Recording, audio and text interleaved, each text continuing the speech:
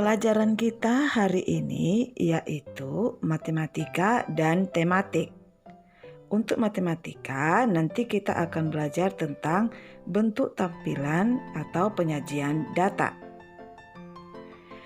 Untuk tampilan data bisa disajikan dalam dua bentuk, yaitu bentuk tabel dan bentuk diagram atau grafik. Coba kamu perhatikan tampilan tabel yang Ibu buat di sini. Kamu amati dengan baik-baik dulu.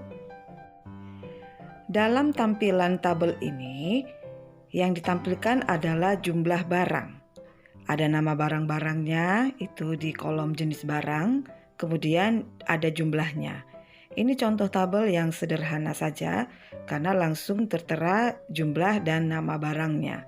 Seperti laptop ada 212, kemudian komputer ada 112, kulkas, LCD TV dan AC itu jelas sekali jumlahnya di situ.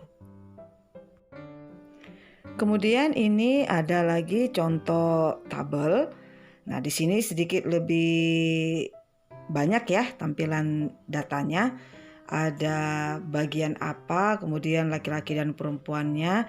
Ini tabel tentang semacam tamatan pendidikan seperti itu ya, dari jenis pekerjaan.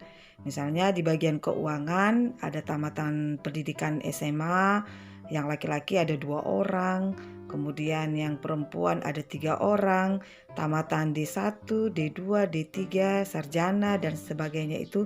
Ini tampilan latar belakang pendidikan dalam suatu bidang pekerjaan.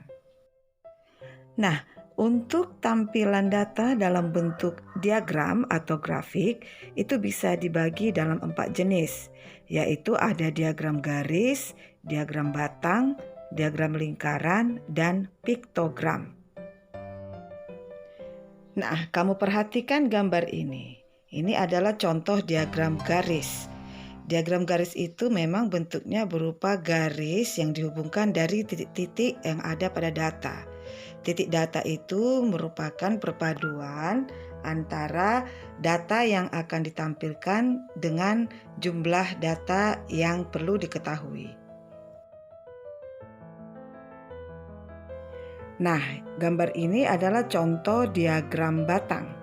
Tampilan data disajikan dalam bentuk gambar-gambar batang tinggi seperti itu, maka dia dikatakan batang yang menandakan data yang ditampilkan dalam bentuk nama barang dan jumlah frekuensinya.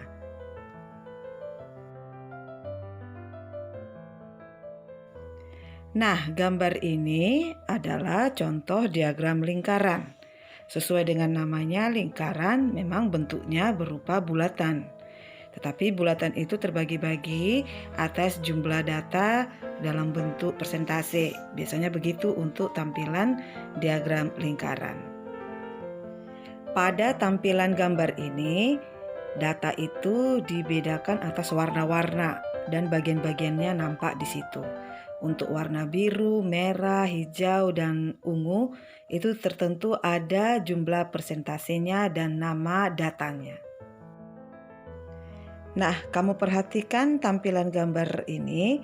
Ini adalah bentuk diagram yang namanya piktogram, di mana dia bentuk diagram tetapi dengan simbol-simbol atau gambar-gambar tertentu.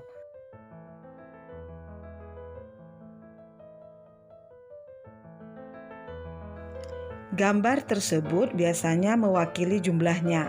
Seperti dalam contoh ini, untuk benda plastik, kamu hitung saja jumlah gambar plastik yang ditampilkan. Kemudian untuk kardus, setiap gambar perwakilan 2 jumlah, maka tinggal kamu kalikan jumlah gambar dengan angka 2. Nah, itulah anak-anak Ibu materi untuk matematika. Sekarang kita lanjutkan dengan materi tematik. Kita sudah memasuki tema 9, subtema 1, pembelajaran yang kelima. Kali ini kita akan belajar tentang sistem tata surya dan pembagian planet dalam dan planet luar. Silakan ikuti penjelasan video berikut ini.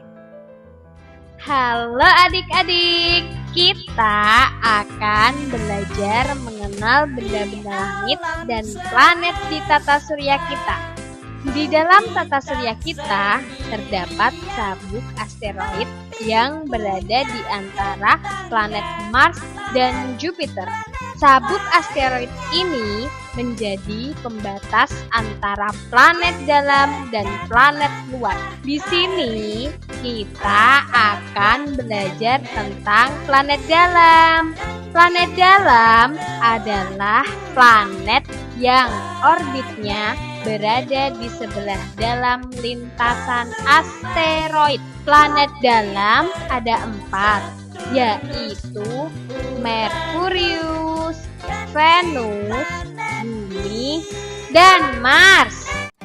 Nah, untuk golongan planet luar itu ada Jupiter, Saturnus, Uranus, dan Neptunus.